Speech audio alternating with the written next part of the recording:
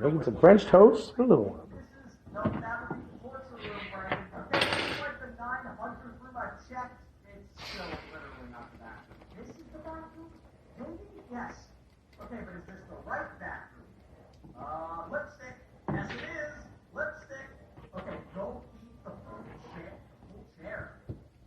The full chair? Okay, apparently we're painting a new target on the full chair. Well, now the question is, which full chair? Okay, this thing is doing jumping jacks, and it's really making me nauseous. I'm just going to pick this one because it's the closest to me. Oh, it's working. Oh! So maybe Miss T's going to sit down on this chair, and Francis is going to throw it at her, and it's going to hit her butt cheeks? I don't know, that's my guess. All right, what does it say?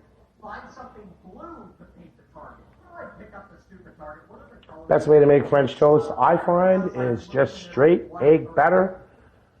Just egg. A lot of people like to mix cinnamon, caramel sauce into it, but you know what? All that good stuff, yummy good stuff works, but you can add it to the end of your French toast. But if you make it just like this, you don't have to rush and hurry up to try to use that excess batter before it goes bad.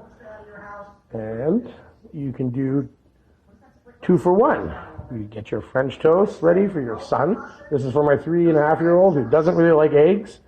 So making the French toast for him, it benefits me because he gets his protein as well as it's delicious. He likes a nice little crisp on that French toast. And it's almost ready. Ryder, your French toast is ready. Well, here.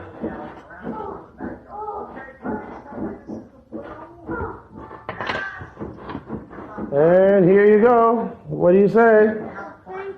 You're welcome.